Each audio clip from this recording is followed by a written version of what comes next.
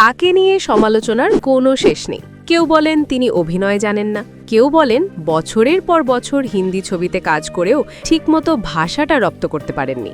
সমালোচকদের মতে গ্ল্যামার ছাড়া তার আর কিছুই নেই, এমনকি একা একটা সিনেমা টেনে নেওয়ার ক্ষমতাও তার নেই। কিন্তু আশ্চর্যের বিষয় হলো, গত 2 দশক ধরে বলিউডে এই বিতর্ক আর সীমাবদ্ধতাগুলোকে সঙ্গী করেই নিজের সিংহাসন টিকিয়ে রেখেছেন তিনি ক্যাটরিনা কাইফ।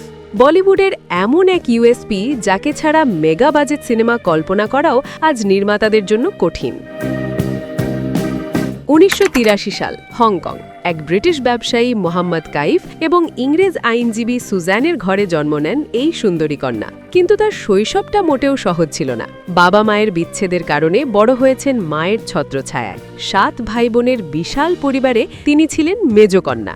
জানলে অবাক হবেন, ক্যাটরিনার আসল নাম কিন্তু ক্যাটরিনা কাইফ নয়, বরং কেট টারকুয়োট। কাগজে কলমে তিনি ইটালিয়ান নাগরিক। এই ইউরোপিয়ান সুন্দরী মাত্র 14 বছর বয়সে মডেলিংয়ের হাত ধরে লাইমলাইটে আসেন।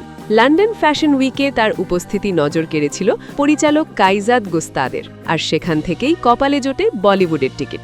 इडियट, नैना तुम्हारी वाइफ है।